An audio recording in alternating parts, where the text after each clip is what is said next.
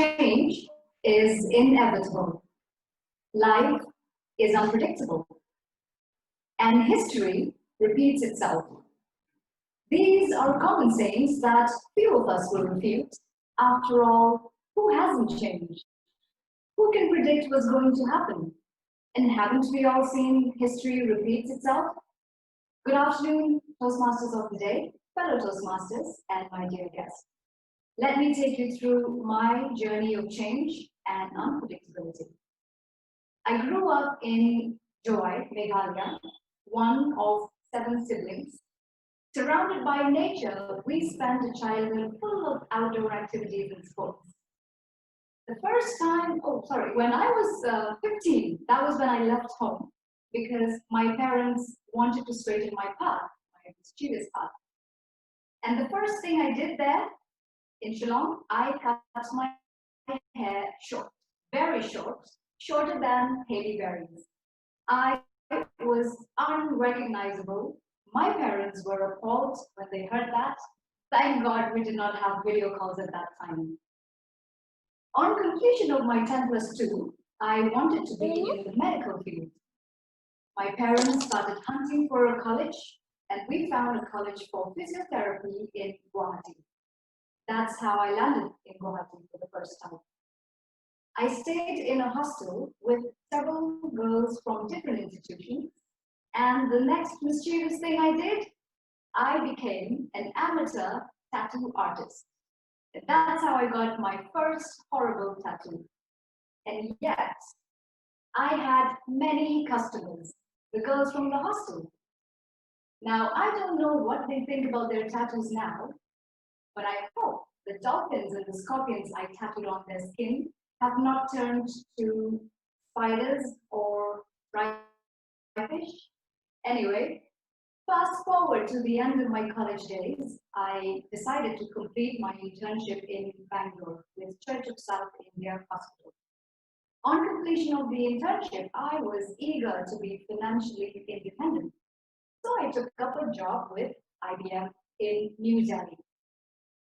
My parents supported my decision, and that's how I started my first career in an entirely new field. IBM taught me to be a communication trainer, and I took that knowledge and made it concrete by getting a master's in English. 4 years later, I moved on from IBM to a different company called One-to-One Progress, where I taught English to the French and Italian corporate learners and also managed a team of trainers. Now, by this time, I was in New Delhi for 8 years. Physiotherapy was long forgotten. I couldn't even heal my own sciatica. I left New Delhi in 2016 when mom was diagnosed with stage 4 breast cancer. The news hit me like a bolt of lightning, and I just had to be with her. Without a second thought, I left everything I held dear in New Delhi to return to my family. And since I was without a job in Joy, I requested One-to-One Progress to allow me to work from home. And they very kindly gave me a job, and I've been working with them since then.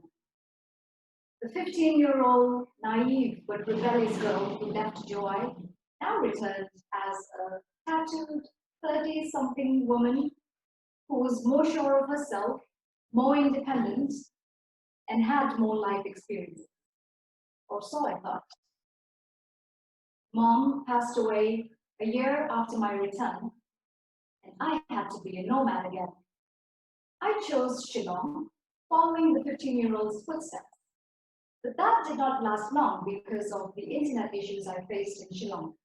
So here I am, back in Guwahati, still working with the same company, and still with my incredibly horrible tattoos. Thank God for long sleeve tops. Working from home for 4 years without face-to-face meetings and social interactions, my confidence has slipped away. I have built a cocoon around myself, too comfortable to break away. But I wish to break this chain of comfort. As the Buddha once said, the comfort zone is a beautiful place, but nothing ever grows there. So here I am with Toastmasters. I don't know where my life will take me or if history will repeat itself, but I do know for a fact that Toastmasters will be there with me throughout my life, irrespective of the changes and choices that I make. Thank you.